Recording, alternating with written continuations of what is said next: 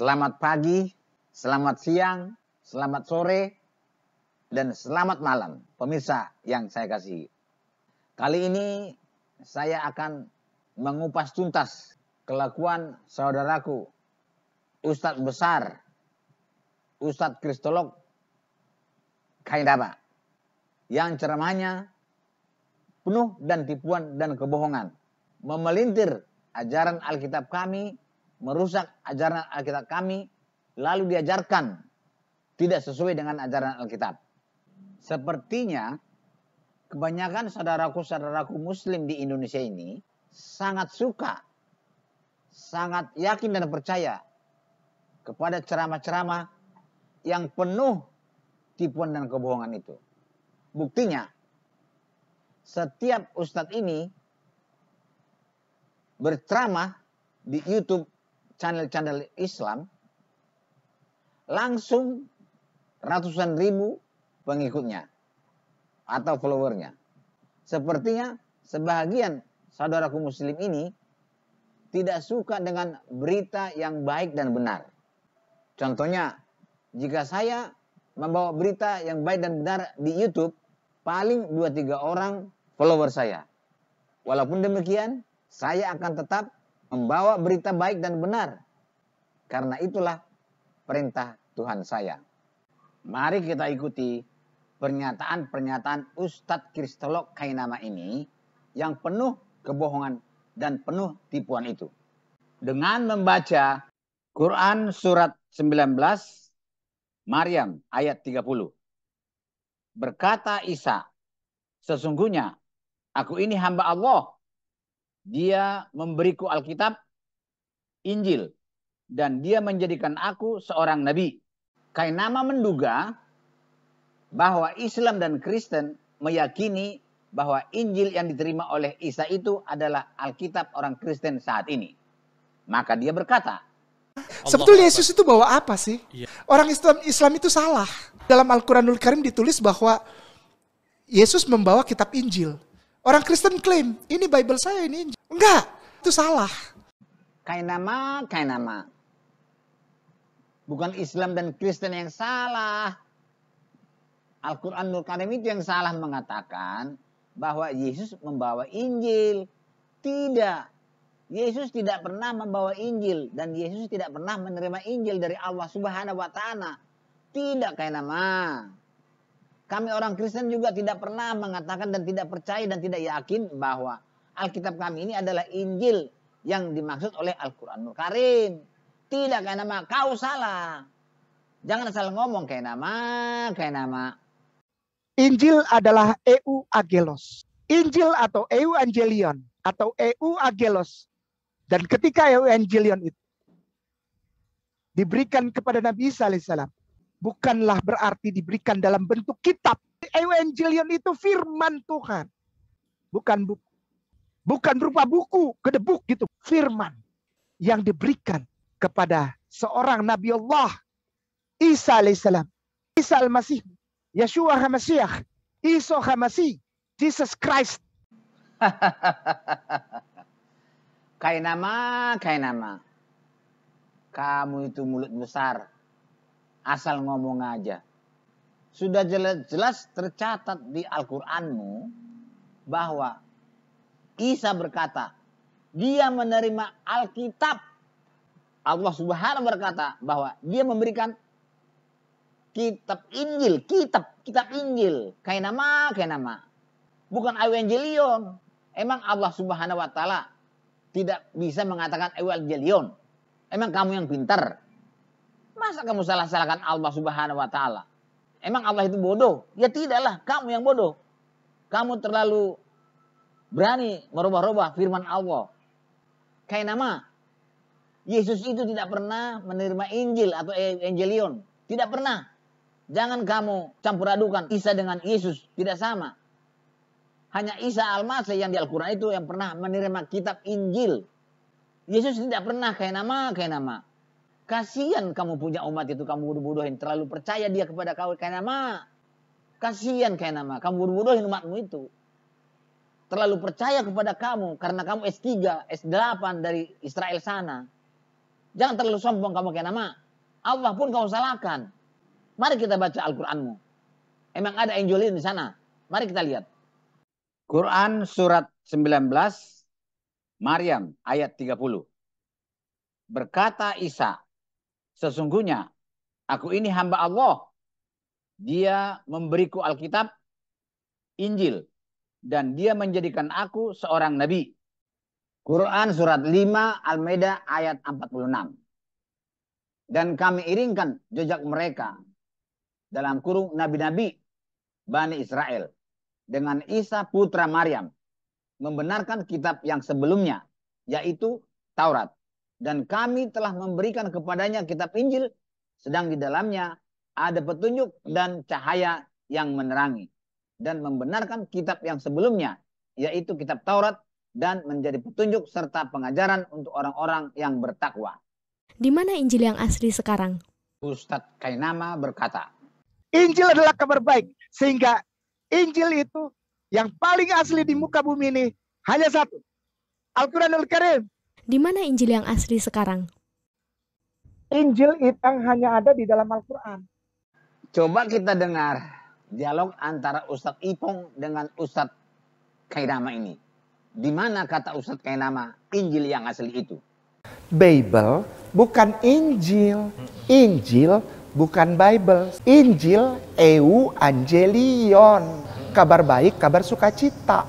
Yang diturunkan oleh Allah Subhanahu wa taala kepada Isa ibnu Maryam. Setelah ada pernyataan ini bahwa Biblos bukanlah Injil. Memang iya. Tapi Biblos adalah catatan, kumpulan catatan tentang Injil. Pertanyaannya, Injilnya kemana? Ditanya oleh para pendeta, Injilnya kemana? Tanya sama gereja yang mengumpulkan catatan itu. Dikemanakan itu Injil yang asli? Kan mereka kan tadi kita baca, ya kan? Aku menyelidikinya dan aku mengambil kesimpulan, lalu aku membukukannya dengan teratur bagimu. Berarti dia sudah menyelidiki. Lembaga gereja mula-mula, para bapak-bapak gereja, para ahli teologi zaman dulu yang menyelidiki itu bukan orang Islam. Kita baca tadi, setelah aku menyelidikinya, berarti ada dong yang diselidiki, logik.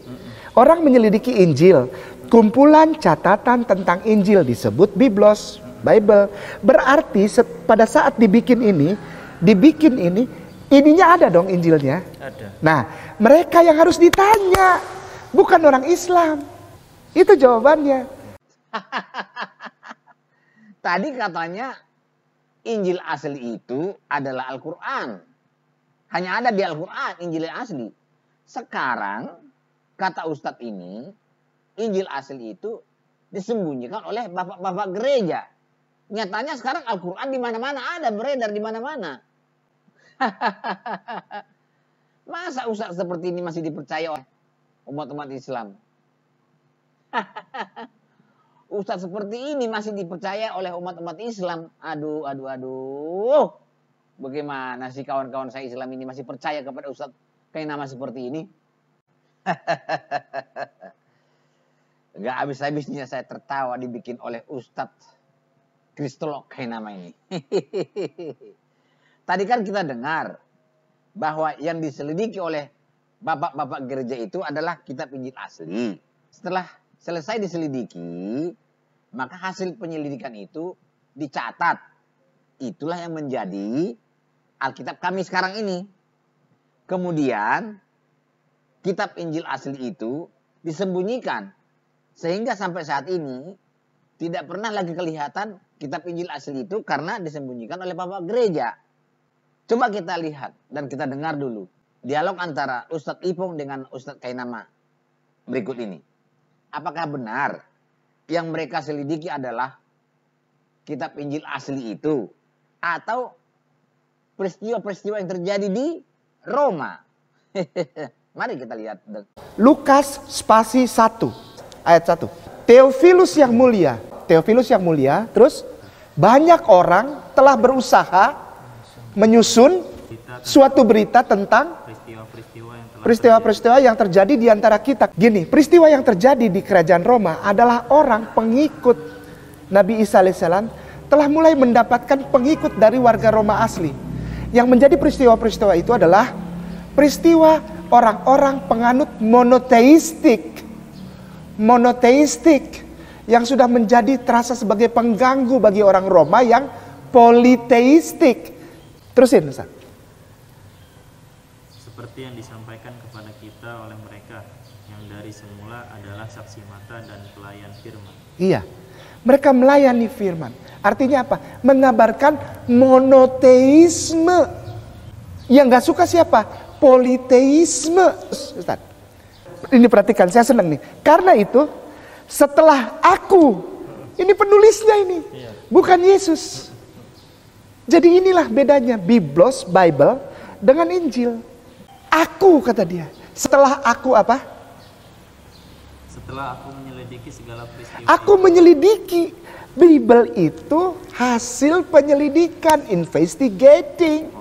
Setelah aku menyelidiki, terus? Setelah aku menyelidiki segala peristiwa itu dengan seksama dari asal mulanya, aku mengambil keputusan untuk membukukannya dengan teratur bagimu. Aku membukukannya. Aku menulis, mengumpulkan data, mengambil hipotesa, lalu mengambil menjadi satu konklusi, dan aku menuliskannya dengan rapih bagimu. Ini kitab suci atau tesis? Tesis. Nah.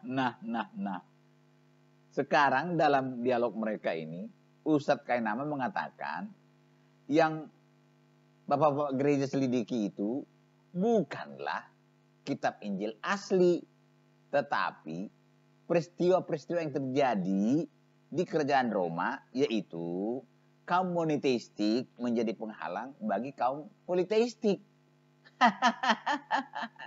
Kan mana yang betul kata-kata Ustadz Kainama ini? Nah, sekarang kita akan selidiki. Benarkah ada peristiwa di kerajaan Roma, yaitu kaum monoteistik menjadi penghalang bagi kaum politeistik, tercatat di Alkitab?